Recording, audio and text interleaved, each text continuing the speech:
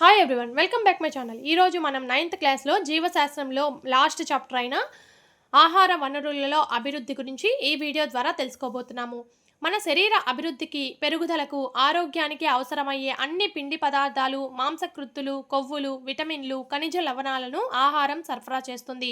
మనం తీసుకునే ఆహారంలో ఏమేమి ఉంటాయంటే ఇవన్నీ కూడా పిండి పదార్థాలు, మాంసకృత్తులు, కొవ్వులు, విటమిన్లు, ఖనిజ లవణాలు అన్నీ కూడా మనకి ఏ విధంగా అందుతుందంటే ఆహారం ద్వారానే అందుతుందన్నమాట. మన ప్రధాన ఆహార వనరులు ఏంటంటే మొక్కలు, జంతువులు. మనకి ఆహారం దేని ద్వారా మనం తీసుకుంటామంటే మొక్కలు, జంతువుల నుంచి ఆహారం అనేది మనం తీసుకోవడం జరుగుతుంది. పెరుగుతున్న జనాభాకు ఆహారంగా ప్రతి సంవత్సరం 500 బిలియన్ టన్నుల కంటే ఎక్కువ ధాన్యం అవసరమవుతుంది. మన భారతదేశంలో పెరుగుతున్న జనాభాకు అనుగుణంగా ప్రతి సంవత్సరం ఎంత ఎక్కువ ధాన్యం అనేది అవసరమవుతుందంటే ఒక 500 బిలియన్ టన్నుల కంటే ఎక్కువ ధాన్యం అనేది మనకి అవసరం అనేది అవుతుందన్నమాట. సాగు నేల విస్తీర్ణం పెంచడం ద్వారా ఈ అధిక ఉత్పత్తిని పొందవచ్చు. ఈ సాగు నేల అంటే నేలని మనం సాగు చేయడం వల్ల ఈ అధిక ఉత్పత్తి అనేది మనం పొందవచ్చు. ఇక్కడ హరిత విప్లవం అంటే ఏంటంటే ఆహార ధాన్యాల ఉత్పత్తిని మనం ఏ విప్లవం అంటామంటే హరిత విప్లవం అని అంటాము. అలాగే శ్వేత విప్లవం అంటే పాల ఉత్పత్తిని మనం ఏమంటామంటే శ్వేత విప్లవం అని అంటాము. పొలాల నుంచి అధిక దిగుబడి పొందేందుకు శాస్త్రీయ నిర్వహణ పద్ధతులను అవలంబించాలి. పొలాల నుంచి మనకి ఎక్కువ దిగుబడి రావాలంటే ఏ పద్ధతిని అవలంబించాలంటే శాస్త్రీయ నిర్వహణ పద్ధతిని మనం అవలంబించాలి. సుస్థిరమైన జీవనోపాధి కోసం రైతులు మిశ్రమ వ్యవసాయం, అంతర పంటలు, సమీకృత వ్యవసాయ పద్ధతులను చేపట్టాలి. సుస్థిరమైన జీవనోపాధి కోసము రైతులు ఏ విధమైన పద్ధతుల్ని చేపట్టాలంటే మిశ్రమ వ్యవసాయాన్ని, అంతర పంటల్ని, సమీకృత వ్యవసాయ పద్ధతులన్నింటినీ కూడా చేయడం వల్ల సుస్థిరమైన జీవనోపాధి అనేది కలుగుతుందనమాట. ఉదాహరణకి వ్యవసాయము, అలాగే కోళ్ల పెంపకము, చేపల పెంపకము, తేనెటీగల పెంపకం కలిపి చేపట్టాలి. కేవలం వ్యవసాయం చేసే వ్యక్తి వ్యవసాయం చేస్తూనే అదేవిధంగా మిశ్రమ వ్యవసాయము, అలాగే అంతర పంటలు మొదలైన పద్ధతులన్నీ కూడా చేపట్టడం వల్ల కోళ్ల పెంపకం, చేపల పెంపకం, తేనెటీగల పెంపకం ఇవన్నీ కలిపి చేపట్టడం వల్ల రైతులు మిశ్రమ వ్యవసాయం అనేది చేస్తారనమాట. పంట దిగుబడిలో అభివృద్ధి అనేది ఏ విధంగా వస్తుందంటే మనకి శక్తినిచ్చే పిండి పదార్థాలు మనకి ఏమిస్తుందంటే శక్తినిస్తుందనమాట. శక్తినిచ్చే పిండి పదార్థాలు ఏ పదార్థాల్లో ఉంటాయంటే గోధుమ, వరి, మొక్కజొన్న, చిరుధాన్యాలు, జొన్నలు ఈ మొదలైన వాటిల్లో అంతా కూడా మనకి ఏం పదార్థం ఉంటుందంటే పిండి పదార్థం అనేది ఉంటుందన్నమాట. మాంసకృత్తులు కలిగిన ఆహారం ఏంటంటే మనకి పప్పు ధాన్యాలైన శనగ అంటే చనా, బఠానీ అంటే మటర్, మినపపప్పు అంటే ఉరాడ్, మరియు పెసలపప్పు, మూంగ్, కందిపప్పు, అర్హర్, ఎర్రపప్పు అంటే మసూర్ మొదలైనవన్నీ కూడా మనకి ఏముంటుందంటే మాంసకృత్తులు అనేటివి పుష్కలంగా ఉంటాయన్నమాట. ఇక్కడ ఈ పేర్లు కూడా మీరు గుర్తుంచుకోండి. ఒకవేళ మనకి ఆప్షన్స్లో ఈ కందిపప్పు బదులు అర్హరు, అలాగే ఎర్రపప్పు బదులు మసూరు అనేది కూడా ఇవ్వచ్చు అనమాట. ఇవన్నీ కూడా ఈ పప్పు ధాన్యాలన్నింటిలో కూడా ఏ పదార్థం ఉంటుందంటే మనకి మాంసకృత్తులు అనేటివి ఎక్కువగా లభ్యమవుతాయి అన్నమాట. అదేవిధంగా కొవ్వులు ఏ పదార్థాల్లో ఉంటాయంటే నూనె గింజలైన సోయాబీన్స్, వేరుశెనగ, నువ్వులు, ఆముదము, ఆవాలు, అవిసె గింజలు, పొద్దుతిరుగుడు మొదలైన వాటిల్లో అంతా కూడా నూనె గింజలైన ఈ గింజల్లో అంతా కూడా కొవ్వు పదార్థాలు అనేటివి ఎక్కువగా ఉంటాయన్నమాట. తర్వాత కూరగాయలు, సుగంధ ద్రవ్యాలు, పండ్లు మనకు విటమిన్లు, ఖనిజ లవణాలతో పాటు కొంత మోతాదులో మాంసకృత్తులు, పిండి పదార్థాలు, కొవ్వులను అందిస్తాయి. మనకి కూరగాయలు, పండ్లు మరియు సుగంధ ద్రవ్యాలు ఏముంటాయంటే విటమిన్లు, ఖనిజ లవణాలతో పాటుగా మనకి మాంసకృత్తులు, పిండి పదార్థాలు, కొవ్వులు ఈ మూడు కూడా కొంత మోతాదులో అనేది కలిగి ఉంటాయన్నమాట. అదేవిధంగా పశువుల యొక్క ఆహారం మనం తీసుకున్నట్లయితే పశువులు ఏమి ఆహారంగా తీసుకుంటాయంటే బెర్సిన్, ఓట్స్ లేదా సుడాన్ గడ్డి వంటి పశుగ్రాస పంటలు మొదలైనవి ఆహారంగా తీసుకుంటాయి పశువులు. బెడ్సిన్, ఓట్స్ లేదా సుడాన్ గడ్డి అనేవి ఈ పశువుల యొక్క ఆహారంగా మనం చెప్పుకోవచ్చు. ఇక్కడ చూసినట్లయితే ప్రశ్నలు అనేది ఇచ్చారు. ఒకటి, తృణధాన్యాలు, పప్పు ధాన్యాలు, పండ్లు మరియు కూరగాయల నుంచి మనకు ఏమి లభిస్తాయి? ఇక్కడ మనకి ఇంతకుముందు చెప్పుకున్నట్లు తృణధాన్యాల్లో మనకి ఏముంటుందంటే కార్బోహైడ్రేట్లు, ఫైబర్ అనేవి అందించి మనకి శక్తి అనేది మన శరీరానికి వస్తుందన్నమాట. పప్పు ధాన్యాలు ప్రోటీను, ఐరన్, మినరల్స్తో శరీర పెరుగుదలకి పప్పు ధాన్యాలు అనేటివి తోడ్పడతాయి. పండ్లు, కూరగాయలు వచ్చేసి విటమిన్లు, ఖనిజాలు, ఆక్సిడెంట్లు అలా విధంగానే ఫైబరు అందించి రోగ నిరోధక శక్తిని పెంచుతాయి. పండ్లు, కూరగాయలు అనేటివి మనకి ఏం పెంచుతాయంటే రోగనిరోధక శక్తిని పెంచుతాయి. వివిధ రకాల పంటలకు వాటి పెరుగుదలకు మరియు జీవిత చక్రం పూర్తి కావడానికి వివిధ వాతావరణ పరిస్థితులు, ఉష్ణోగ్రత, కాంతి వ్యవధి అంటే ఫోటో పీరియడ్ అవసరము. అంటే వివిధ రకాలైన పంటలు మనకి అవన్నీ పూర్తి అవి పెరుగుదల అవి అలాగే పూర్తి అవ్వడానికి మనకి వాటికి ఏం కావాలంటే వివిధ వాతావరణ పరిస్థితులు, ఉష్ణోగ్రత, అదేవిధంగా కాంతి వ్యవధి అనేది మనకి ఆ పంటలకి అవసరం అవుతాయన్నమాట. ఇక్కడ కాంతి వ్యవధి ఫోటో పీరియడ్ అంటే ఏంటంటే సూర్యకాంతి లభ్యత, అంటే వాటికి కావాల్సిన ఆ పంటకు కావాల్సిన సూర్యకాంతి అనేది లభ్యం అవ్వాలన్నమాట. ఇక్కడ తీసుకున్నట్లయితే పంటలు 2 రకాలుగా మనకి ఉంటాయన్నమాట. ఖరీఫ్ పంటలు అనగానే జూన్ నుంచి అక్టోబర్ వరకు ఉండే పంటల్ని వాటిని ఏమంటారంటే వర్షాకాలపు పంటలు అని అంటారు. అదేవిధంగా రబీ పంటలు అంటే నవంబర్ నుంచి ఏప్రిల్ వరకు ఉండే పంటలన్నీ కూడా శీతాకాలపు పంటలు అని అంటారు. శీతాకాలం అంటే రబీ పంటలు, వర్షాకాలం అంటే ఖరీఫ్ పంటలు. ఖరీఫ్ పంటలు అంటే ఏవొస్తాయంటే వరి, సోయాబీన్స్, కందులు, మొక్కజొన్నలు, పత్తి, పెసలు, మినుములు ఇవన్నీ కూడా మనకి వర్షాకాలంలో పండించే పంటలు అంటే ఖరీఫ్ పంటలు అని అర్థం అనమాట. తర్వాత రబీ పంటలు ఏమిటంటే గోధుమ, పప్పు ధాన్యాలు, బఠానీలు, ఆవాలు, అవిసెలు మొదలైనవన్నీ కూడా శీతాకాలపు పంటలు, అదేవిధంగా రబీ పంటలు అని అంటారనమాట. భారతదేశం 1952 నుంచి 2010 వరకు కేవలం 25% మాత్రమే పెరిగిన సాగు భూమి నుంచి ఆహార ధాన్యాల ఉత్పత్తి 4 రెట్లు పెరిగింది. కేవలం మనకి 1952 నుంచి 2010 వరకు కేవలం మనకి 25% మాత్రమే పెరిగిన సాగు భూమి. అంటే సాగు భూమి ఎంత పెరిగిందంటే 25% మాత్రమే పెరిగింది. అప్పుడు ఆహార ధాన్యాల ఉత్పత్తి అనేది ఎంత విధంగా పెరిగిందంటే ఎన్ని రెట్లు పెరిగిందంటే 4 రెట్లు పెరగడం అయితే జరిగింది. ఎప్పుడంటే 1952 నుంచి 2010 సంవత్సరం మధ్యలో ఈ విధంగా 4 రెట్లు పెరగడం జరిగిందనమాట ఆహార ధాన్యాల ఉత్పత్తి. తర్వాత పంట దిగుబడిని అభివృద్ధి చేయడానికి అవలంబించే ప్రధాన కార్యకలాపాలు అంటే దిగుబడిని పంట దిగుబడి అనేది అభివృద్ధి చేయడానికి మనం అవలంబించే ప్రధానమైన కార్యకలాపాలు ఏంటంటే పంట రకం అభివృద్ధి, పంట ఉత్పత్తిలో అభివృద్ధి, పంట రక్షణ నిర్వహణ. పంట రకం అభివృద్ధి అంటే ఏంటంటే మనము ఎంచుకునే విత్తనాలు అనేవి అవి నాణ్యమైన విత్తనాలుగా మనం ఎంచుకోవాలన్నమాట. అదేవిధంగా పంట ఉత్పత్తిలో అభివృద్ధి అంటే వాటిని ఉత్పత్తి చేయడంలో వివిధ రకాలైన మెలకువల్ని మనం అవలంబించాలి. అదేవిధంగా పంట రక్షణ వాటికి వ్యాధులు, తెగుళ్ళు అవేం రాకుండా మనము నివారించడం వల్ల ఈ విధంగా ఈ 3 ప్రధాన కార్యకలాపాలు చేయడం వల్ల పంట దిగుబడి అనేది అభివృద్ధి చేయడానికి వీలుగా ఉంటుందన్నమాట. అందులో ఒక్కొక్క దాని గురించి ఇప్పుడు తెలుసుకుందాం. పంట రకం అభివృద్ధి అంటే ఏంటంటే ఈ విధానం మంచి దిగుబడినిచ్చే పంట రకం ఎంపిక చేయడంపై ఆధారపడి ఉంటుంది. మనం మంచి విత్తనాలు అనేది మనం ఎంపిక చేసుకున్నట్లయితే మనకి మంచి దిగుబడి అనేది వస్తుందన్నమాట. వ్యాధి నిరోధకత, ఎరువులకు ప్రతిస్పందన, నాణ్యత, అధిక దిగుబడి వంటి ఉపయోగకరమైన లక్షణాల కోసం మొక్కలను ప్రజననం చేయడం ద్వారా ఇక్కడ పంట రకాలు లేదా జాతులను ఎంచుకోవచ్చు. ఇక్కడ ప్రజననం అంటే ఒక మొక్కని ఇంకొక మొక్కని క్రాస్ బీడ్ అంటారు కదా, అలా విధంగా ప్రజననం అంటే రెండింటినీ కలిపి ఒక కొత్త మొక్కగా తయారు చేయడం వల్ల ఈ కొత్త జాతులు అనేది మనకి ఎంచుకోవడం అనేది జరుగుతుందన్నమాట. పంట రకాలలో కావాల్సిన లక్షణాలను సంకరీకరణం ద్వారా చేర్చడం ఒక పద్ధతి. ఈ విధంగా అంటే ప్రజననం అంటే సంకరీకరణం అంటే ఒక మొక్కను ఇంకో మొక్కను కలపడం ద్వారా ఆ రెండిటి యొక్క లక్షణాలను తీసుకురావడాన్ని ఏమంటారంటే సంకరీకరణం అని అంటారు. ఈ విధంగా చేయడం కూడా ఒక పద్ధతి అని చెప్పుకోవచ్చు. సంకరీకరణం అనగా జన్యుపరంగా భిన్నంగా ఉన్న మొక్కలను వాటి మధ్య ప్రజననం అంటే క్రాసింగ్ చేయడం అనమాట. 2 వేర్వేరు లక్షణాలను పొందుతామన్నమాట. పంట రకాల అభివృద్ధికి దోహదపడే అంశాలు పంట రకానికి మనకి ఏ విధంగా దోహదపడతాయంటే వివిధ అంశాలు అనేటివి దోహదపడతాయి. అది అధిక దిగుబడి అంటే ఎకరానికి పంట ఉత్పాదకతను పెంచడము. పంట ఉత్పాదక అనేది ఎక్కువగా అంటే అధిక దిగుబడినిచ్చే వాటిని ఎన్నుకోవాలన్నమాట. మెరుగైన నాణ్యత కలిగిన విత్తనాలను మనం ఎంచుకుంటే అధిక దిగుబడి అనేది వస్తుందన్నమాట. అంటే గోధుమలో బేకింగ్ నాణ్యత ద్వారా చూస్తారనమాట. అదేవిధంగా పప్పులలో ప్రోటీన్ నాణ్యత చూడడం, నూనె గింజలలో నూనె నాణ్యత చూడడం, పండ్లు కూరగాయలలో నిలువకు అవసరమైన నాణ్యత అనేది చూడడం వల్ల ఇక్కడ మెరుగైన నాణ్యతని గుర్తించవచ్చు. నాణ్యత పరిశీలనలు పంటకు మారుతూ ఉంటాయి. ఈ నాణ్యత పరిశీలన అనేది పంటకు కూడా ఒకే విధంగా ఉండకుండా మారుతూ అనేది ఉంటుందన్నమాట.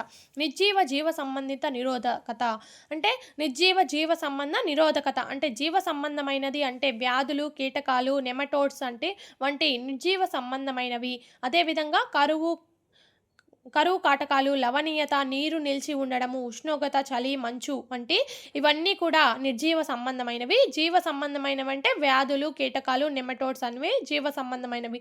ఈ 2 జీవ, నిర్జీవ సంబంధమైన ఈ ఒత్తిడులను తట్టుకోగలిగిన పంట రకం అనేది ఉత్పత్తి చేయగలగాలన్నమాట. అదేవిధంగా పరిపక్వత వ్యవధిలో మార్పు. విత్తనం దగ్గర నుంచి పంట కోత వరకు కలిగిన వ్యవధి తక్కువగా ఉంటే ఆ రకం లాభదాయకంగా ఉంటుంది. రైతు ఒక సంవత్సరంలో ఎక్కువ సార్లు గలుతాడు. అంటే విత్తనం మనం వేసినప్పటి నుంచి పంట అనేది మన చేతికి అందే వరకు తక్కువ వ్యవధి అనేది ఉన్నట్లయితే మనకి రైతు అనేది ఎక్కువ సార్లు ఒక సంవత్సరంలోనే అధిక పంటలు అనేది పండించగలుగుతాడనమాట. అంతే, ఆ వ్యవధిలో మార్పు అనేది తక్కువగా ఉండాలన్నమాట. విస్తృత అనుకూలత కలిగిన వంగడాలు అభివృద్ధి చేయడం వల్ల విభిన్న పర్యావరణ పరిస్థితుల్లో పంట ఉత్పత్తిని స్థిరీకరించడంలో సహాయపడుతుంది. విస్తృతమైన అనుకూలత అనేది ఉండాలన్నమాట. అంటే వాతావరణం అనేది అనుకూలంగా ఉండడం వల్ల వివిధ రకాలైన వంగడాలు అనేది అభివృద్ధి చేయగలుగుతాం. అంటే విభిన్న పర్యావరణ పరిస్థితుల్లో కూడా మనకి ఆ దిగుబడి అనేది రావడం జరుగుతుంది. అవసరమైన వ్యవసాయ లక్షణాలు. పొడవు, విస్తారమైన కొమ్మలు పశుగ్రాస పంటకు కావాల్సిన లక్షణాలు. ఇక్కడ పశుగ్రాస పంటకు ఏ లక్షణాలు ఉంటాయంటే పొడుగ్గా ఉంటాయి, విస్తారమైన కొమ్మలు అనేటివి ఈ పశుగ్రాస పంటకు ఉంటాయన్నమాట. అదేవిధంగా తృణధాన్యాలకు ఏ విధమైన లక్షణం ఉంటుందంటే పొట్టి లక్షణం అనేది అనువుగా ఉంటుందన్నమాట. ఈ విధంగా పంట రకాల అభివృద్ధి అనేది ఈ ఈ అంశాల మీద దోహదం పడి ఈ విధంగా పంట అభివృద్ధి అనేది మనకి జరుగుతుంది. తర్వాత రెండోది పంట ఉత్పత్తి నిర్వహణ. పంట అనేది వేసిన తర్వాత దాని యొక్క ఉత్పత్తిలో మనం తీసుకోవాల్సిన నిర్వహణ అనేది ఏ విధంగా ఉంటుంది అంటే ఉత్పత్తి పద్ధతులు వివిధ స్థాయిల్లో ఉండవచ్చు. వాటిలో ఖర్చు లేని ఉత్పత్తి లేదా తక్కువ ఖర్చు ఉత్పత్తి మరియు ఎక్కువ ఖర్చు ఉత్పత్తి పద్ధతులు అనేవి ఉన్నాయి. అంటే అసలు ఖర్చు లేకుండా ఉండే పద్ధతి, అలాగే తక్కువ ఖర్చు లేదా ఎక్కువ ఖర్చు ఉండే ఉత్పత్తి పద్ధతులు అనేవి ఉన్నాయన్నమాట. ఇక్కడ పోషకాల నిర్వహణ చూసుకున్నట్లయితే మనకు ఆహారం ఎలాగో మొక్కలకు కూడా పోషకాలు కూడా అలాగే అవసరం అవుతాయన్నమాట. మొక్కలకు గాలి, నీరు, నేల ద్వారా పోషకాలు సరఫరా చేయబడతాయి. మొక్కకు కావాల్సిన పోషకాలు అనేటివి దేని ద్వారా సరఫరా చేయబడతాయి అంటే గాలి, నీరు, నేల ద్వారా సరఫరా చేయబడతాయి.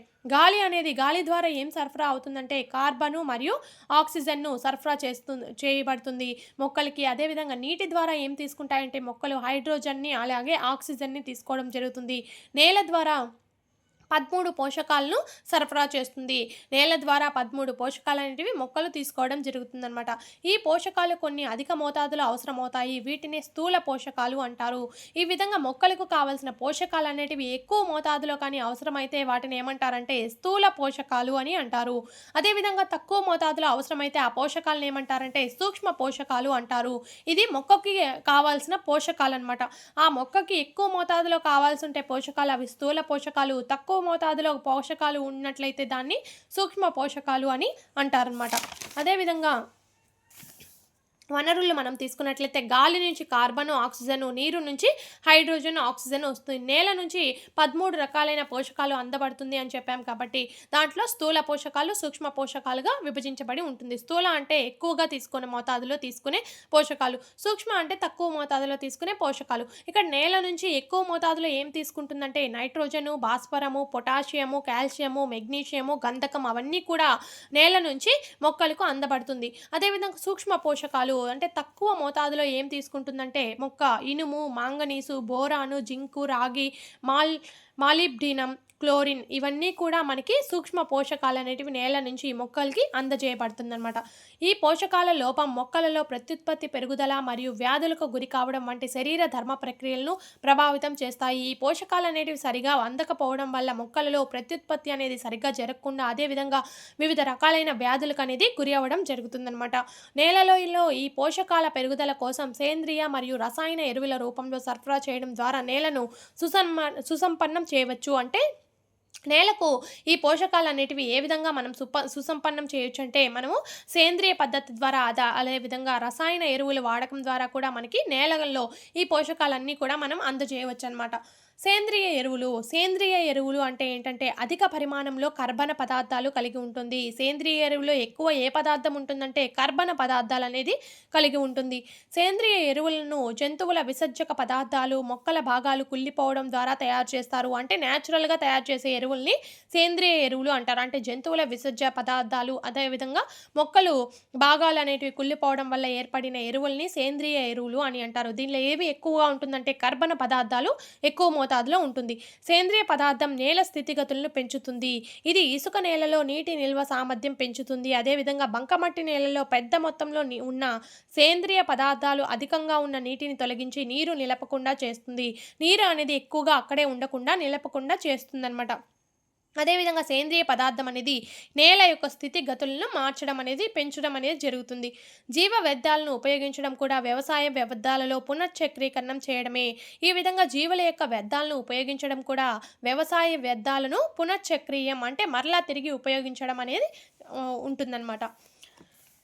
అదేవిధంగా ఉపయోగించే జీవ పదార్థం ఆధారంగా సేంద్రియ ఎరువుల వర్గీకరణ. మనం ఉపయోగించే ఈ ఎరువులు అనేటివి సేంద్రియ ఎరువులు కూడా 2 రకాలుగా వర్గీకరించుకోవచ్చు. అవి ఒకటి కంపోస్ట్, వర్మీ కంపోస్టు.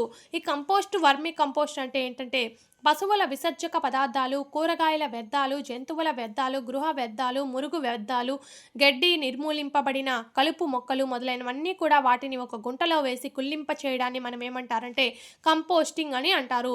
ఈ మొదలైన పదార్థాలన్నీ సహజంగా మనము ఒక గుంటలో వేసి దాన్ని కుళ్ళింప చేయడాన్ని ఏమంటారంటే కంపోస్టింగ్ అంటారు. అదేవిధంగా మొక్కలు, జంతువుల వ్యర్థాలు అనేటివి కుళ్ళిపోయే ప్రక్రియను మనము వేగవంతం చేయడానికి ఇక్కడ ఇది న్యాచురల్గా జరుగుతుంది. అది చాలా టైం అనేది పడుతుంది. అదే ఆ టైం అనేది తగ్గించడానికి వేగంగా ఈ ప్రక్రియ అనేది కంపోస్టింగ్ చేయడానికి మనము వానపాముల్ని కానీ ఉపయోగించడం ద్వారా ఈ కంపోస్ట్ తయారు చేస్తే దాన్ని ఏమంటారంటే వర్మీ కంపోస్ట్ అని అంటారు. వానపాములు కానీ ఉపయోగిస్తే దాన్ని ఏమంటారంటే వర్మీ కంపోస్ట్ అంటారు. కంపోస్ట్లో సేంద్రియ పదార్థాలు మరియు పోషకాలు పుష్కలంగా ఉంటాయి. ఈ విధంగా ఈ సేంద్రియ పదార్థాలు మొదలైన వాటిలన్నింటినీ కూడా ఉపయోగించి ఈ సేంద్రియ ఎరువులను అంటే కంపోస్టు, వర్మీ కంపోస్టు అని అంటారన్నమాట. ఈ సేంద్రియ ఎరువులను పచ్చి రొట్టె ఎరువు. అదేవిధంగా రెండోది ఏంటంటే సేంద్రియ ఎరువు. పచ్చి రొట్టె ఎరువు కూడా సేంద్రియ ఎరువుగా చెప్పుకోవచ్చు.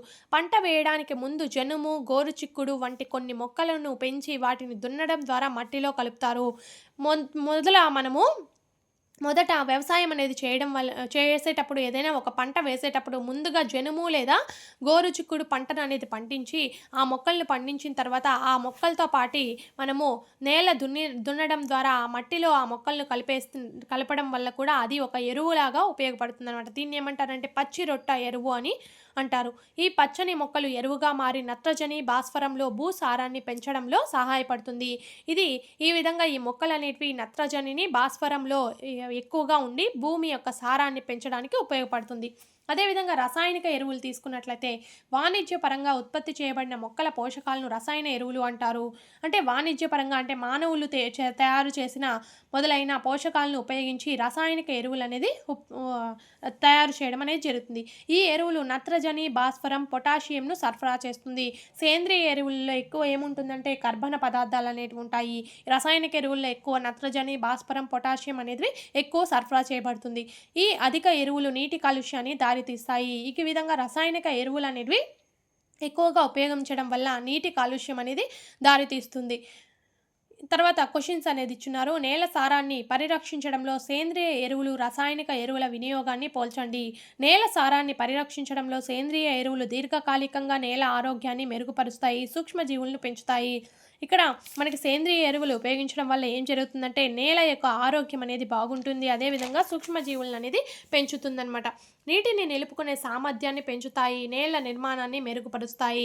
సేంద్రియ ఎరువులు వాడడం వల్ల ఎంతగానో ఉపయోగం అనేది ఉందన్నమాట. తర్వాత రసాయనిక ఎరువులు తక్షణ ఫలితాన్ని ఇస్తాయి, కానీ దీర్ఘకాలంగా నేల సారాన్ని, నిర్మాణాన్ని దెబ్బతీస్తాయి, భూమిని కలుషితం చేస్తాయి. ఇక్కడ మనకి రసాయనిక ఎరువులు అనేవి భూమిని కలుషితం అనేది చేస్తాయి. అవి దీర్ఘకాలంగా నేల సారాన్ని అనేది దెబ్బతీస్తాయి. అదేవిధంగా తక్షణ ఫలితం అనేది ఇస్తుంది, కాకపోతే నేల అనేది దెబ్బతింటుంది. సేంద్రియ ఎరువులు నెమ్మదిగా పోషకాలను విడుదల చేస్తే రసాయనిక ఎరువులు వేగంగా అందించి నేల ఆరోగ్యాన్ని నాశనం చేస్తాయి. కావున సేంద్రియ ఎరువులే మేలైనవి అని చెప్పొచ్చు అనమాట.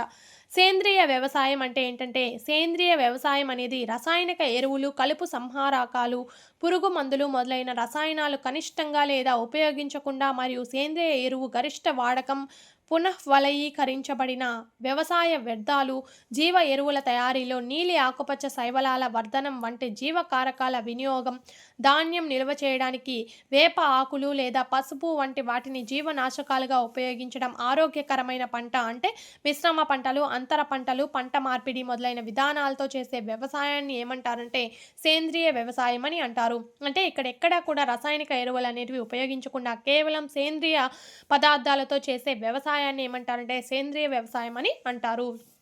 తర్వాత నీటిపారుదల.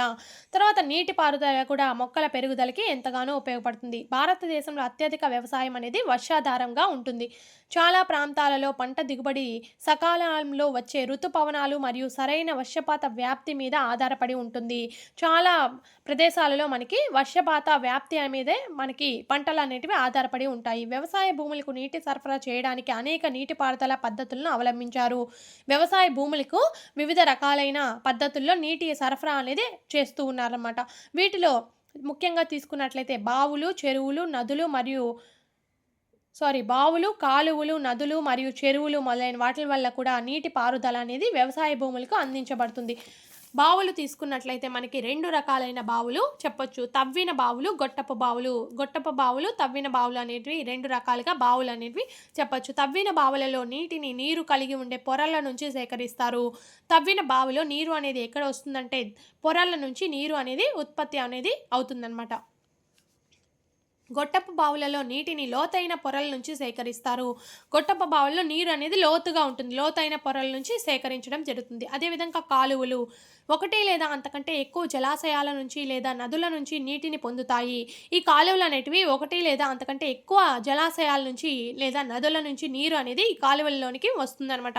ఈ కాలువల్లోకి వచ్చిన తర్వాత పొలాలకు నీటి పారుదల కలిగించడానికి ప్రధాన కాలువను, అదేవిధంగా ఈ ప్రధాన కాలువ నుంచి శాఖోపశాఖలుగా మిగిలిన చిన్న చిన్న కాలువలుగా ఈ విధంగా నీరుని అనేది సరఫరా చేయడం జరుగుతుంది. తర్వాత నది ఎత్తిపోతల వ్యవస్థ. నదులకు దగ్గరగా ఉన్న ప్రాంతాల్లో నీటిపారుదల కొరకు నేరుగా నదుల నుంచి నీరు తీసుకోబడ్డాన్ని ఏమంటారంటే నది ఎత్తిపోతల వ్యవస్థ అని అంటారు. ఈ విధంగా నది ఎత్తిపోతల వ్యవస్థ ద్వారా కూడా నీరు అనేది సరఫరా చేయడం జరుగుతుంది. నీరు సరిపడా లేని కారణంగా నది ఎత్తిపోతల వ్యవస్థలు హేతుబద్ధంగా ఉంటుంది. నీరు అనేది సరిగ్గా లేకపోవడం వల్ల నదిలో నుంచే నీరు అనేది డైరెక్ట్గా అక్కడ వ్యవసాయ భూములకు అనేది అందించడం జరుగుతుందన్నమాట. చెరువులు అంటే నీటిని నిల్వ చేసే చిన్న రిజర్వాయర్లు అని చెప్పుకోవచ్చు అనమాట. నీటిని పెంచడానికి నిర్వహించే కార్యక్రమాల్లో వర్షపు నీటి సంరక్షణ, వాటర్ షెడ్ల నిర్వహణ అనేవి కొత్త కార్యక్రమాలు. ఈ చెరువులలోని నీటిని పెంచడానికి నిర్వహించే కార్యక్రమాల్లో ఏం చెప్పుకోవచ్చు అంటే వర్షపు నీటి సంరక్షణ అంటే వర్షం నీరు అనేది నిల్వ ఉంచడము, అదేవిధంగా వాటర్ షెడ్ల నిర్వహణ అనేది కొత్త కార్యక్రమాలుగా చెప్పుకోవచ్చు. ఇందులో చిన్న చిన్న చెక్ డ్యామ్లు నిర్మించడం వలన భూగర్భ జలాలు పెరుగుతాయి. ఈ విధంగా చెక్ డ్యామ్లు అనేవి నిర్మించడం వల్ల భూగర్భ జలాలు అనేటివి పెరగడం అనేది జరుగుతుందన్నమాట. వర్షపు నీటిని ప్రవహించకుండా ఆపుతాయి. నేల కోతను కూడా తగ్గిస్తాయి. వర్షం నీరు అనేది పడినట్టు ప్రవహించకుండా ఈ చెరువులు లేదా చెక్ డ్యామ్లు అనేటివి ఆపుతాయన్నమాట. కాబట్టి నేల కోత అనేది కూడా మనకి తగ్గుతుంది. నీరు ప్రవహిస్తూ ఉండడం వల్ల నేల కూడా కొట్టుకుపోవడాన్ని ఇది ఆపుతుందన్నమాట. తర్వాత పంట నమూనాలు మనం తీసుకున్నట్లయితే 3 రకాలైన నమూనాలు అనేవి ఉన్నాయన్నమాట. అవి ఒకటి మిశ్రమ పంటలు, అంతర పంటలు, అలాగే పంట మార్పిడి అనే మొదలైన నమూనాల ద్వారా పంటలు అనేటివి ఆరోగ్యకరమైన వ్యవసాయం అనేది చేయవచ్చు అనమాట. అది ఒకటి మిశ్రమ పంటలు. ఒక భూమిలో మిశ్రమ పంటలు అంటే ఏంటంటే ఒకే భూమిలో 2 లేదా అంతకంటే ఎక్కువ పంటలను ఏకకాలంలో పండించడము. అంటే 2 లేదా ఎక్కువ పంటలను ఒకే టైంలో ఒకే భూమిలో పండించడం అనమాట. దానికి ఉదాహరణ గోధుమ, పప్పు ధాన్యాలు కలిపి ఒకేసారి పండించడం, అదేవిధంగా గోధుమ, ఆవాలు కలిపి ఒకేసారి పండించడం, వేరుశనగ, పొద్దుతిరుగుడు కలిసి ఒకే భూమిలో పండించడాన్ని ఏమంటారంటే మిశ్రమ పంటలు అని అంటామన్నమాట. నెక్స్ట్ అంతర పంటలు అంటే ఒక పొలంలో 2 లేదా అంతకంటే ఎక్కువ పంటలను ఏకకాలంలో ఒక నిర్దిష్ట పద్ధతిలో పండించడం. అంటే ఒక పొలంలోనే 2 లేదా అంతకంటే ఎక్కువ పంటల్ని ఒకే కాలంలో ఒక నిర్దిష్టమైన పద్ధతిలో పెంచడం అనమాట. ఇక్కడ చూసుకున్నట్లయితే మిశ్రమ పంటలకి, అంతర పంటలకి ఒక డిఫరెన్స్ ఏంటంటే ఈ పంట ఏంటంటే అంతర పంట ఒక పంటని కొన్ని వరుసల్లో పండిస్తారు. తర్వాత కొన్ని వరుసల్లో ఇంకొక పంటని పండించడం అనేది జరుగుతుంది. దీన్ని ఏమంటారంటే అంతర పంటలు అని అంటారు. ఉదాహరణకు సోయాబీన్స్ ప్లస్ మొక్కజొన్న కలిపి అంతర పంటలుగా పండించవచ్చు. అదేవిధంగా సజ్జలు అంటే బజ్రా, కందులు అంటే లోబియా, వీటిని కూడా మనము అంతర పంటలుగా మనం పండించవచ్చు అనమాట. అంటే 4 లైన్లు సోయాబీన్స్, తర్వాత 4 లైన్లు మొక్కజొన్నల, ఆ విధంగా తర్వాత 4 లైన్లు సోయాబీన్స్, తర్వాత 4 వరుసలు మొక్కజొన్నల, ఈ విధంగా అంతర పంటలను పండించడం జరుగుతుంది. తర్వాత పంట పంట మార్పిడి అంటే ఒకే నేలలో ముందస్తు ప్రణాళిక ప్రకారం వివిధ పంటలను ఒకదాని తర్వాత మరొక దానిని పండించడాన్ని పంట మార్పిడి అంటారు. ఒకే నేలలో ఒక పంట తర్వాత ఇంకో పంట అనేది ఒక ప్రణాళిక ప్రకారం పండించడాన్ని ఏమంటారంటే పంట మార్పిడి అని అంటారనమాట. కాల వ్యవధిని బట్టి వివిధ రకాల పంటల కలయికలను పంట మార్పిడిలో నిర్ణయిస్తారు. తేమ, నీటిపారుదల సౌకర్యాల లభ్యత ఒక పంట తర్వాత ఒక పంట సాగు చేయడానికి నిర్ణయిస్తారు. అంటే అక్కడ ఉండే తేమ, నీటిపారుదల సౌకర్యాన్ని చూసుకొని ఒక పంట తర్వాత ఇంకో పంట ఏ పంట వేస్తే బాగుంటుంది అని చెప్పి మరొక పంట అనేది నిర్ణయించడం జరుగుతుంది. దీన్ని ఏమంటారంటే పంట మార్పిడి అని అంటారు. తర్వాత మూడోది తీసుకున్నట్లయితే పంట రక్షణ నిర్వహణ. పంటని రక్షించడం కూడా ముఖ్యమైన పద్ధతిగా మనం చెప్పుకోవచ్చు. పంట రక్షణ అనేది బాగా జరిగితే పంట దిగుబడి అనేది ఎక్కువగా రావడం జరుగుతుంది. పంట పొలాల పెద్ద సంఖ్యలో కలుపు మొక్కలు, కీటకాలు, తెగుళ్ళు, వ్యాధులకు గురి అవుతాయి. వీటి నుంచి పంటను మనం రక్షించినట్లయితే మంచి దిగుబడి అనేది మనకి వస్తుందన్నమాట. సాగు చేసే నేలలో అవాంఛితమైన మొక్కల్నే కలుపు మొక్కలు అంటారు. ఇక్కడ కలుపు మొక్కలు అంటే మనం వేసిన పంట కంటే వేరొక మొక్కలు మొలిచినట్లయితే దాన్ని ఏమంటారంటే కలుపు మొక్కలు. అంటే అవాంఛితమైన మొక్కల్ని కలుపు మొక్కలు అంటారు. ఈ కలుపు మొక్కలకి కొన్ని ఉదాహరణలు తీసుకున్నట్లయితే జాంతీయం అంటే గోక్రు, అదేవిధంగా పార్టీనియం దానిని ఏమంటారంటే గాజర్ గాస్, అలా విధంగానే సైపైరినస్ రోటండస్ అంటే మోత, వీటిలన్నిటిని కూడా కలుపు మొక్కలకు ఉదాహరణగా చెప్పచ్చు. కీటకాలు, తెగుళ్ళు మొక్కలపైన 3 విధాలుగా దాడి చేస్తాయి. ఈ కీటకాలు, తెగుళ్ళు అనేటివి మొక్కలపైన ఎన్ని విధాలుగా దాడి చేస్తాయంటే 3 విధాలుగా దాడి చేయడం జరుగుతుంది. అది ఒకటి వేరు, కాండం, ఆకులను ప్రభావితం చేస్తాయి. అదేవిధంగా మొక్కలలోని వివిధ భాగాల నుంచి రసాన్ని పీలుస్తాయి. కాండం, ఫలాలను తొలగిస్తాయి. ఈ విధంగా కీటకాలు, తెగుళ్ళు అనేటివి 3 విధాలుగా దాడి అనేది చేస్తుందన్నమాట. తర్వాత మొక్కలలో వ్యాధులు, బ్యాక్టీరియా, శిలీంధ్రాలు, వైరస్ వంటి వ్యాధి కారకాల వల్ల సంభవిస్తాయి. ఈ వ్యాధి కారకాలు నేల, నీరు, గాలి ద్వారా వ్యాపిస్తాయి.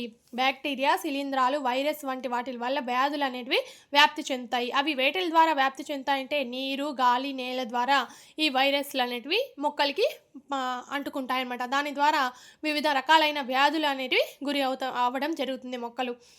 కలుపు మొక్కలు, తెగుళ్లను నాశనం చేయడానికి వేసవిలో పొలాన్ని లోతుగా దున్నుతారు. ఈ కలుపు మొక్కలు, తెగుళ్లను నాశనం చేయడానికి ఏం చేస్తారంటే వేసవిలో పొలాన్ని ఎక్కువ లోతుకు దున్నడం అనేది జరుగుతుందన్నమాట. తర్వాత క్వశ్చన్స్ అనేది ఇచ్చినారు. ఈ కింది షరతులో ఏది ఎక్కువ ప్రయోజనాలు ఇస్తుంది, ఎందుకు? ఇక్కడ 3 షరతులు ఇచ్చినారు. ఏది ఎక్కువ ప్రయోజనం ఇస్తుంది అని అడిగారు. ఇక్కడ చూసినట్లయితే రైతులు అధిక నాణ్యతమైన విత్తనాలు ఉపయోగిస్తూ సరి అయిన నీటిపారుదల లేదా ఎరువులు ఉపయోగించకుండా ఉండడం. ఇక్కడ ఎరువులు అనేది ఉపయోగించకుండా ఉన్నట్లయితే మనకి పంట అనేది రాదనమాట. తర్వాత రెండోది, రైతులు సాధారణ విత్తనాలను ఉపయోగిస్తూ సరైన నీటిపారుదల, ఎరువులు ఉపయోగించకుండా ఉండడము. అంటే ఇక్కడ విత్తనాలు అనేవి సాధారణంగా వినియోగించారు, అంటే నాణ్యత లేని విత్తనాలని అనుకోవచ్చు అనమాట. ఇది కూడా రాంగ్ అనమాట. తర్వాత రైతులు నాణ్యమైన విత్తనాలు ఉపయోగిస్తూ సరి అయిన నీటిపారుదల, ఎరువులు ఉపయోగిస్తారు, పంట రక్షణ చర్యలను ఉపయోగిస్తారు. ఇవన్నీ కూడా చేసినట్లయితే మనకి మంచి ప్రయోజనం అనేది వస్తుందన్నమాట. కాబట్టి దీనికి ఆన్సర్ ఇది అని చెప్పచ్చు. సి అనేది ఆన్సర్గా చెప్పచ్చు అనమాట. తర్వాత జంతువుల ఉత్పత్తులు. జంతువుల నుంచి లభించే ఉత్పత్తుల్లో వాటి యొక్క పోషకాలు అనేటివి ఎంత శాతం ఉంటాయి అంటే ఇక్కడ మనకి టెక్స్ట్ బుక్లో పాలు, గుడ్లు, మాంసం, చేప అనేది ఇచ్చారు. పాలు తీసుకున్నట్లయితే అందులో కొవ్వులు 3.60 ఉంటుంది, మాంసకృతులు 4.00, చక్కెరలు 4.50, ఖనిజ లవణాలు 0.70, నీరు అనేది 87.20గా, అలాగే పాలలో విటమిన్లు B1, B2, B12, D అలాగే ఈ విటమిన్లు అనేటివి ఉంటాయి. అదేవిధంగా గుడ్డులో తీసుకున్నట్లయితే గుడ్డులో కొవ్వు అనేది 12.00గా, మాంసకృతులు 13.00, చక్కెరలు అనేటివి ఉంటాయి కానీ అతి తక్కువగా ఉంటాయి అన్నమాట. తర్వాత ఖనిజ లవణాలు 1.00గా, నీరు 74.00గా ఉంటుంది. అదేవిధంగా గుడ్డులో విటమిన్లు అనేటివి B2 అలాగే D విటమిన్లు అనేటివి ఉంటాయి. మాంసంలో చూసినట్లయితే కొవ్వులు 3.60, మాంసకృతులు 21.10, అదేవిధంగా చక్కెరలు తక్కువ మోతాదులో ఉంటాయి, ఖనిజ లవణాలు 1.10, నీరు 74.20, విటమిన్లు B2, B12 అనేటివి విటమిన్లు అనేటివి మాంసంలో ఉంటాయి. చేపలో చూసుకున్నట్లయితే కొవ్వులు 2.50, మాంసకృతులు 19.00గా ఉంటాయి. చక్కెరలు ఇందులో కూడా ఉంటాయి, కానీ అతి తక్కువ మోతాదులో ఉంటాయి. అదేవిధంగా ఖనిజ లవణాలు 1.30గా, నీరు 77.20గా, అదేవిధంగా విటమిన్లు తీసుకున్నట్లయితే చేపలో నియాసిన్ అనే విటమిను, డి అలాగే ఏ విటమిన్లు చేపలో ఉంటుందన్నమాట. తర్వాత ధాన్యం నిల్వ. ధాన్యం అనేది ఏ విధంగా నిల్వ చేయాలి అంటే, వ్యవసాయ ఉత్పత్తుల్లో ధాన్యం నిల్వ నష్టాలు చాలా ఎక్కువగా ఉంటాయి. అటువంటి నష్టాలకు కారణమయ్యే వాటిలో జీవకారకాలు, కీటకాలు, ఎలుకలు, శిలీంధ్రాలు, పురుగులు, బ్యాక్టీరియా ఇవన్నీ కూడా మనకి జీవకారకాలన్నమాట. మరియు నిర్జీవ కారకాలు తీసుకున్నట్లయితే అవి నిలువ ప్రదేశాలలో తేమ, ఉష్ణోగ్రత లేకపోవడం అవన్నీ కూడా మనకి నిర్జీవ కారకాలుగా మనం చెప్పుకోవచ్చు. వీటి అన్నిటి కారణాల వల్ల ధాన్యం నాణ్యత క్షీణత, ధాన్యం బరువు తగ్గడం, రంగు మారడం అనేది జరుగుతుంది. జీవకారకాలు, నిర్జీవ కారకాల వల్ల ధాన్యం అనేది నాణ్యత అనేది తగ్గిపోవడం జరుగుతుంది. ఈ నివారణ మరియు నియంత్రణ విధానాలను ఉపయోగించి భవిష్యత్తులో మనం వాడే విధంగా ధాన్యం అనేది నిల్వ చేయాలి. నిల్వ చేయడానికి ముందుగా బాగా శుభ్రపరిచి సూర్యరశ్మిలో బాగా ఎండబెట్టిన తర్వాత నీడలో ఆరబెట్టాలి. మరియు తెగుళ్లను చంపే రసాయనాలను ఉపయోగించి చీడ పురుగులను నశింప చేయవచ్చు. ఈ విధంగా ధాన్యం అనేది మంచిగా శుభ్రం చేసి సూర్యరశ్మిలో ఎండబెట్టిన తర్వాత నీడలో ఆరబెట్టాలి. తర్వాత తెగుళ్లను చంపే రసాయనాలు వాటికి చేర్చడం వల్ల చీడ పురుగులను ఈ విధంగా నశింప చేయడం వల్ల ధాన్యం అనేది నిల్వ చేయొచ్చు అనమాట. తర్వాత క్వశ్చన్ చూసినట్లయితే, పంటలను రక్షించడానికి నివారణ చర్యలు మరియు జీవ నియంత్రణ పద్ధతులను ఎందుకు ప్రాధాన్యత ఇవ్వాలి? రసాయన పురుగుల మందు అధిక వినియోగం వల్ల మనం పర్యావరణ కాలుష్యాన్ని, అలా విధంగానే ఆరోగ్య సమస్యలు, పురుగులలో నిరోధకత వంటివి పెరుగుతుంది. కాబట్టి మనము జీవ నియంత్రణ పద్ధతులను మాత్రమే ఉపయోగించడం అనేది జరగాలన్నమాట. అంటే జీవ నియంత్రణ పద్ధతులు అంటే ఆ ధాన్యానికి వేపాకు కానీ లేదా వేపాకు పొడి కానీ లేదా పసుపు కానీ కలపడం అనేది ఈ జీవ నియంత్రణ పద్ధతులకు ఒక ఉదాహరణగా చెప్పుకోవచ్చు. ఈ విధంగా రసాయన పురుగుల మందు అనేవి కలపడం వల్ల మనకి ఆరోగ్య సమస్యలు అనేటివి రావడం జరుగుతుందన్నమాట.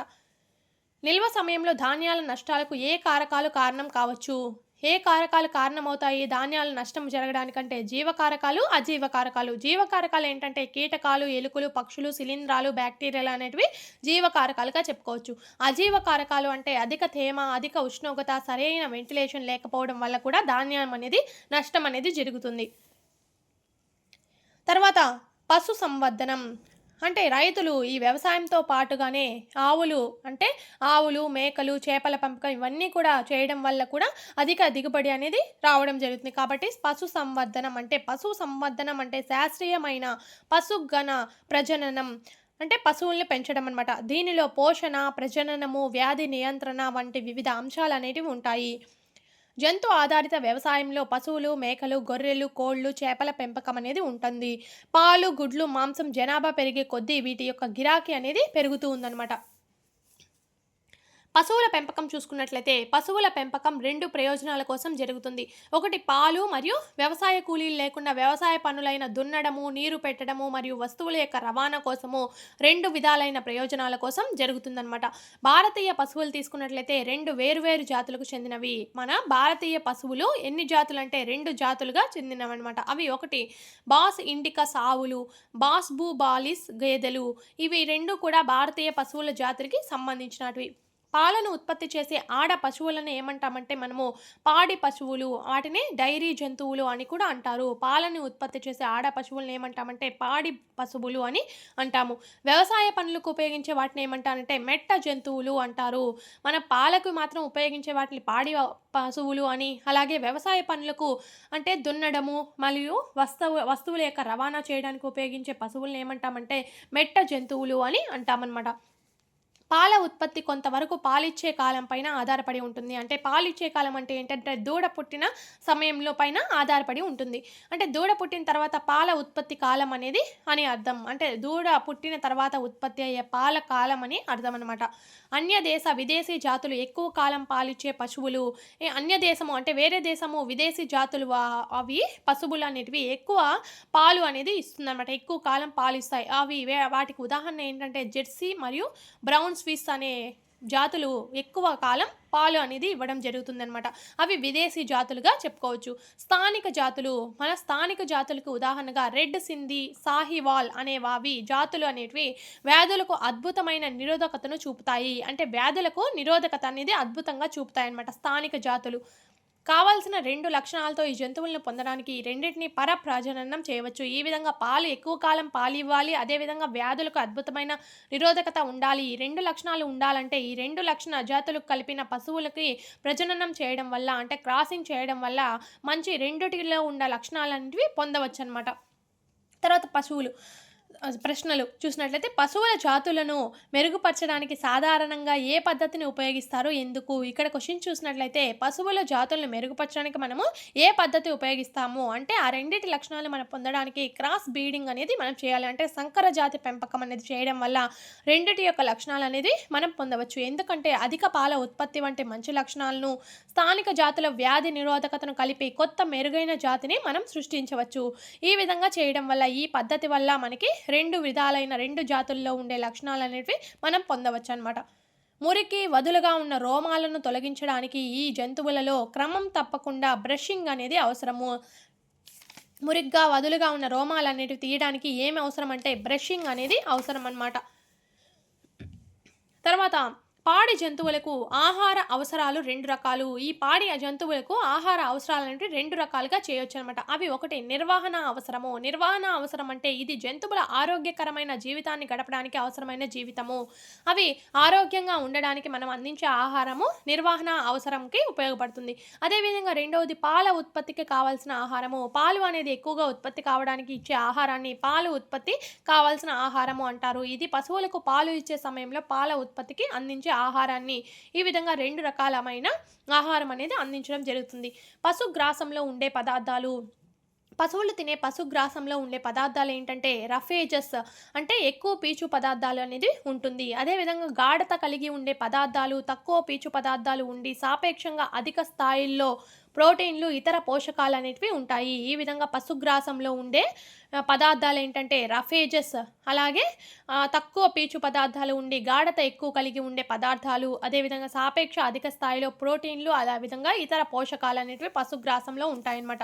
పశువులలో వ్యాధులకు కారణము పశువులలో కూడా వ్యాధులు అనేటివి వస్తూ ఉంటాయి. ఆ వ్యాధులకి ఏమి కారణమవుతాయంటే 2 విధాలమైన కారణాలు అనేది ఉంటుంది.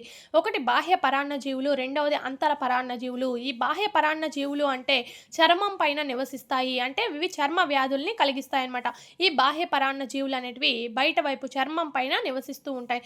అంతర పరాన్న జీవులు అంటే పశువు యొక్క లోపల ఇవి పురుగులు అనేవి ఉంటాయి. ఈ పురుగులు అంటే అంతర్గతంగా అవి జీర్ణాశయము మరియు ప్రేగులను ప్రభావితం చేస్తాయి. వీటిని ఏమంటారంటే అంతర పరాన్న జీవులు అని అంటాము. ఇక్కడ జంతువులలో ఈ పశువులలో కాలేయాన్ని ఏది దెబ్బతీస్తుందంటే ఫ్లూక్స్ అనేది మనకి ఈ పశువులలో కాలేయాన్ని దెబ్బతీస్తుందన్నమాట. కోళ్ల పెంపకం చూసినట్లయితే గుడ్ల ఉత్పత్తి మరియు కోడి మాంసం కొరకు దేశీయ కోళ్లను పెంచడం ద్వారా కోళ్ల పెంపకంని చేపట్టడం జరిగింది. మనం కోళ్ళు గుడ్ల కోసం అలాగే మాంసం కోసం పెంచడం అనేది జరుగుతుంది. ఈ గుడ్ల కోసం పెంచే కోళ్లను ఏమంటారంటే లేయర్లు అని అంటారు. మాంసం కోసం పెంచే కోళ్లను బ్రాయిలర్లు అని అంటారన్నమాట. ఈ ఉత్పత్తికి మెరుగైన పౌల్ట్రీ జాతులు అభివృద్ధి చేయబడ్డాయి. ఈ విధంగా గుడ్లకి మాంసానికి ఈ విధంగా ఈ 2 జాతులను ఏమంటారంటే పౌల్ట్రీ జాతులు అని అంటారన్నమాట. కొత్త రకాలను అభివృద్ధి చేయడానికి కావలసిన లక్షణాల కోసం భారతీయ అసీల్ విదేశీయ లెగ్ హార్న్ జాతుల మధ్య ప్రజనన కార్యక్రమాలపై దృష్టి సారించాలి.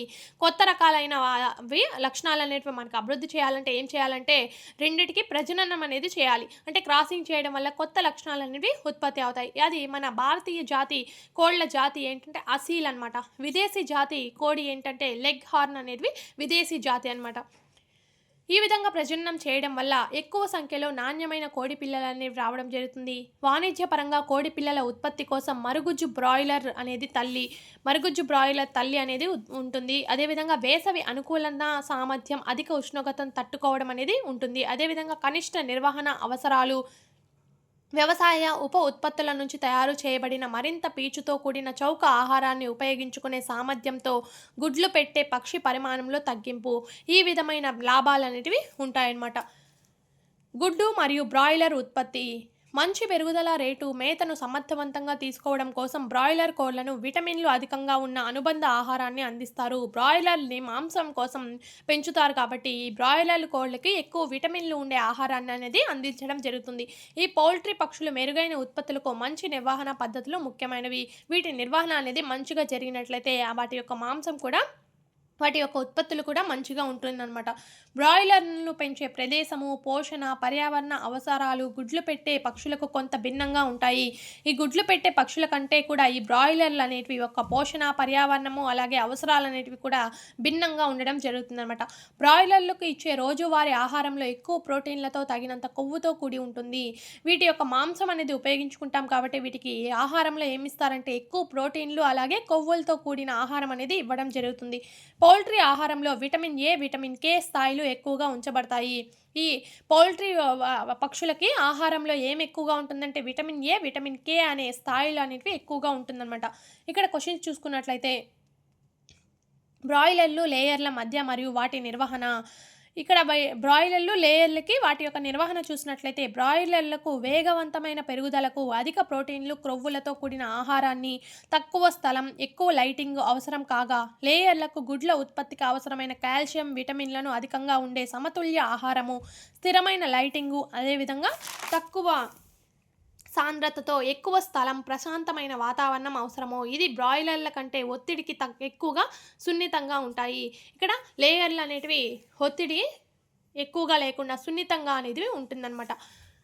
సాధారణంగా పాడి పరిశ్రమ, కోళ్ల పరిశ్రమల్లో నిర్వహించే ఉమ్మడి పద్ధతులు. ఈ 2 పరిశ్రమల్లో నిర్వహించే ఉమ్మడి పద్ధతులు ఏంటంటే సరైన ఆశ్రయము, అలాగే పరిశుభ్రత అనేది నిర్వహించాలి. ఈ విధంగా రెండిట్లో ఉపయోగించే పద్ధతులనమాట. తర్వాత చేపల ఉత్పత్తి. మన ఆహారంలో చేపల వల్ల మాంసకృత్తులు చౌకగా లభిస్తాయి. చేపల్లో ఏం లభిస్తాయంటే మాంసకృత్తులు అనేటివి ఉంటాయన్నమాట. చేపల ఉత్పత్తిలో వాజాలు కలిగిన నిజమైన చేపలు, అలాగే రొయ్యలు, మొలస్కన్లు వంటి కర్పరయుత జీవులు అనేటివి ఉంటాయి. తర్వాత చేపలను పొందడానికి 2 రకాలైన మార్గాలు అనేటివి ఉన్నాయి. అది ఒకటి సహజ వనరుల నుంచి, అంటే దీన్ని ఏమంటామంటే మనము చేపల పట్టడం అని అంటారు. అదేవిధంగా రెండవ రకం ఏంటంటే మరొకమైన మార్గము చేపల పెంపకము. దీనిని మత్స్య సంవర్ధనం అంటారు. ఇది సహజమైన వనరులను లాగానే వాటిని చేపల్ని పెంచడాన్ని ఏమంటారంటే మత్స్య సంవర్ధనం అని అంటాము. సముద్ర మత్స్య పరిశ్రమ. భారతదేశం యొక్క సముద్ర మత్స్య వనరులలో 7,500 కిలోమీటర్ల తీర ప్రాంతం మరియు దాని వెనుక లోతైన సముద్రాలు అనేవి ఉన్నాయి. ప్రసిద్ధ సముద్ర చేప రకాలు చూసుకున్నట్లయితే మనకి ప్రాంప్రెట్, అలాగే మాకెరల్, ట్యూనా, సార్డినెస్, బొంబే డక్, ఇవన్నీ కూడా సముద్ర చేప రకాలకు చెందిన ప్రసిద్ధమైన చేపలన్నమాట. బహిరంగ సముద్రంలో చేపల పెద్ద సముదాయం గుర్తించడానికి ఉపగ్రహాలు, ఎకో సౌండర్లు ఉపయోగించి అధిక మొత్తంలో దిగుబడి పెరుగుతుంది. ఈ విధంగా చేపల సముదాయం అనేది ఎక్కడ ఎక్కువగా ఉంది అని దేని ద్వారా తెలుసుకుంటారు అంటే ఉపగ్రహాలు, ఎకో సౌండర్లను ఉపయోగించి అవి ఎక్కువ ఎక్కడ సముదాయంగా ఎక్కడ ఉన్నాయి అని చెప్పి తెలుసుకుంటారన్నమాట. కొన్ని సముద్ర చేపలను కూడా సముద్ర నీటిలో పెంచుతారు. వీటిలో ముల్లెట్లు, బెట్కి మరియు పెర్ల్ స్పాట్స్ వంటి వాజాలు కలిగిన చేపలు, రొయ్యలు, మస్సెల్స్ మరియు ఆల్చిప్పలు, అలాగే సీవీడ్ కోసం కర్పర చేపలు, అలాగే సముద్ర నాచు ఉన్నాయి. ఇవన్నీ కూడా సముద్ర చేపలను కూడా సముద్రం నీటిలో పెంచుతూ ఉంటారన్నమాట. ముత్యాల కోసం ఆల్చిప్పలు కూడా పెంచుతారు. ఆల్చిప్పలు దేనికోసం పెంచుతారంటే ముత్యాల కోసం పెంచుతారు. తర్వాత భూప్రాంత మత్స్య పరిశ్రమ. భూప్రాంతం అంటే కాలువలు, కొలనులు, చెరువులు, నదులు, రిజర్వాయర్లు, మంచినీటి వనరులు, ఇవన్నిట్లో కూడా చేపలు అనేది పెంచడం జరుగుతుంది. సముద్రపు నీరు మరియు మంచినీరు కలిసి ఉండే ఉప్పు నీటి వనరులు, నదీముఖ ప్రాంతాలు, మడుగులు వంటివి ముఖ్యమైన చేపల యొక్క ఆవాసాలు. ఇవన్నీ కూడా చేపల యొక్క ఆవాసాలుగా చెప్పుకోవచ్చు. చేపల పెంపకం కొన్నిసార్లు వరి పంటలో కలిపి చేపడతారు. వరి పంటతో పాటు కలిపి ఈ చేపల పెంపకాన్ని చేపట్టడం జరుగుతుంది. ఎక్కువ చేపల పెంపకం అనేది మిశ్రమ చేపల పెంపకం ద్వారా. ఇలాంటి పద్ధతుల్లో ఒకే చేపల పెంపకం చెరువులో 5 నుంచి 6 రకాల చేప జాతులను పెంచుతారు. మిశ్రమ చేపల పెంపకం అంటే ఏంటంటే ఒకే చెరువులో అనేక రకాలైన 5 నుంచి 6 రకాల చేపల జాతులను పెంచడాన్ని ఏమంటారంటే మిశ్రమ చేపల పెంపకం అని అంటారు. ఈ విధంగా చేయడం వల్ల ఏమవుతుందంటే వాటి యొక్క ఆహారాన్ని కోసం అవి పోటీ పడకుండా ఉంటుందన్నమాట. ఈ విధంగా ఆ చెరువులో ఉండే ఉపరితలంలో ఉండే ఆహారాన్ని తీసుకునే చేప ఏంటంటే కట్ల. ఈ కట్ల అనే చేప ఆ చెరువులోని ఉపరితలం పైన ఉండే ఆహారాన్ని మాత్రమే తీసుకుంటుంది. అదేవిధంగా రోహు అనే చేప చెరువులో మధ్య భాగంలో ఆహారాన్ని తీసుకుంటుంది. అదేవిధంగా చెరువు యొక్క అడుగు భాగంలో ఆహారాన్ని తీసుకునే చేపలు ఏంటంటే మిగ్రాల్, కామర్ కార్ఫ్ ఇవన్నీ కూడా అడుగు భాగంలో ఆహారాన్ని తీసుకుంటాయి. కలుపు మొక్కలపై ఆధారపడే చేప గ్రాస్ కార్ప్ చేపలు. ఈ విధంగా వాటి యొక్క ఆహారాన్ని వివిధ భాగాల ద్వారా అవి పొందుతాయి. మిశ్రమ చేపల పెంపకం యొక్క లాభం మనం తీసుకున్నట్లయితే ఆహారం కోసం పోటీ పడవు. ఆహారం కోసం ఇవి పోటీ పడకుండా ఉపరితలం పైన, మధ్య భాగంలో, చెరువు అడుగు భాగంలో, కలుపు మొక్కలపైన వివిధ రకాలైన భాగాలపైన ఆధారపడి ఆహారాన్ని తీసుకుంటాయి కాబట్టి ఇవి ఆహారం కోసం పోటీ పడకుండా ఉంటాయన్నమాట.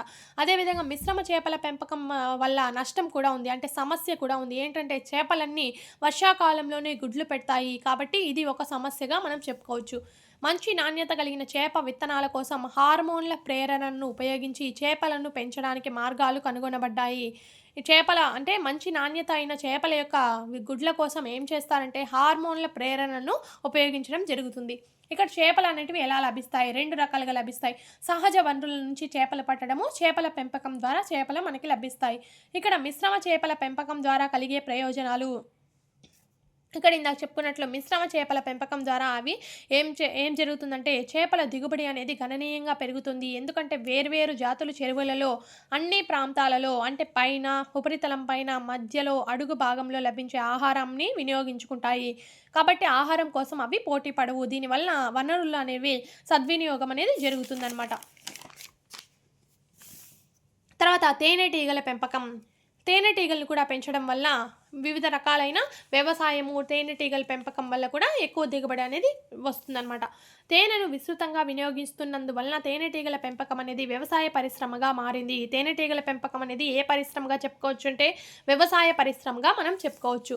తేనెటీగల పెంపకానికి పెట్టుబడి తక్కువ కనుక రైతులు దీనిని అధిక ఆదాయ వనరుగా చేపడతారు. అంటే రైతులు ఎక్కువ మంది, దీనికి పెట్టుబడి తక్కువ కాబట్టి తేనెటీగల పెంపకాన్ని ఎక్కువ ఆదాయ వనరుగా చేపట్టడం జరుగుతుందన్నమాట.